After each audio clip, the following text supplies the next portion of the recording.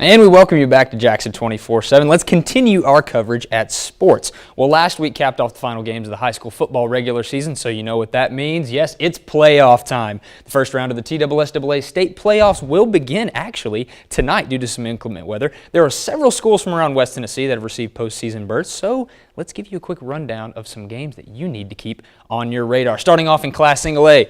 Right at the top of the list, the Huntington Mustangs, a team, one of the only teams from around the area that have an undefeated record. They look to be the favorite going into Class A for a state title. Well, they're going to push for that postseason run as they host Fayetteville on Friday. Dresden, another team that is very dangerous in Class Single A.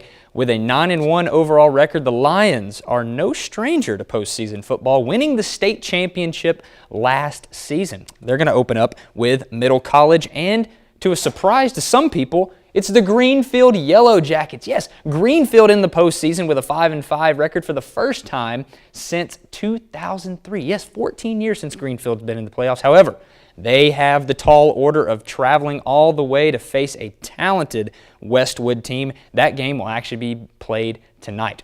Well, let's skedaddle along all the way down to the Class 2A section, Scotts Hill. Only 3 wins on the season. They're in the playoffs and still dealing with the tragedy after losing one of their assistant coaches. They will take on a very talented Lewis County team. Also, after dealing with some suspensions, it's the TCA Lions in the playoffs with a 7-3 overall record. They're going to have to travel again on the road with that 3 seed. They're going to face Memphis Douglas. And with their backs against the wall the past 2 weeks, it's the Peabody Golden Tide with wins over TCA and Adamsville in the last 2 weeks. They got the number 2 seed in Region 7, and they will host a playoff game, actually. Memphis Mitchell coming to town. And let's not forget about the Adamsville Cardinals in Class 2A as well. They've been known to be a powerhouse. Got bounced early last year, but don't let that 6-4 record fool you. Adamsville will travel on the road, but do not sleep on the Cardinals. Now let's move along to Class 3A, the Milan Bulldogs. Yes, Milan,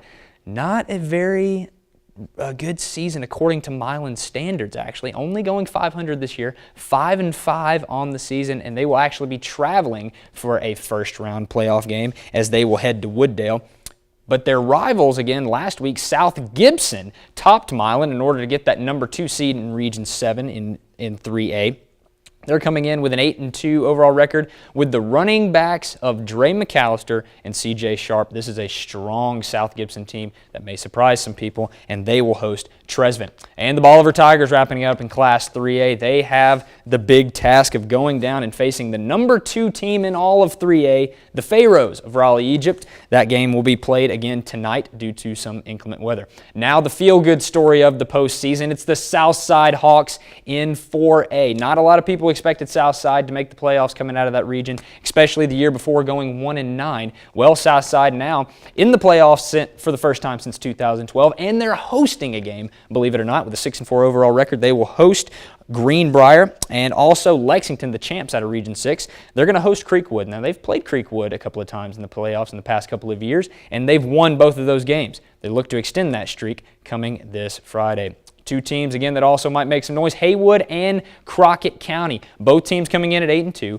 Both teams with a very strong run game, and they look to make some noise as well. Haywood hosting Millington, Crockett County hosting Fairware. And let's wrap things up in Division 2 with the Jackson Christian Eagles. With a 5-5 overall record, not many people expected Jackson Christian to go this far, but they are in the playoffs, however. Coach Darby Palmer's team, very young, but still looking to make some noise as they will travel to Mount Juliet Christian. And finally, the USJ Bruins, hosting a familiar opponent in Evangelical Christian School. They beat ECS in Week 5 of the regular season, 37-20, and with one of the best passing attacks in the state, believe it or not, USJ looking to pick up right where they left off.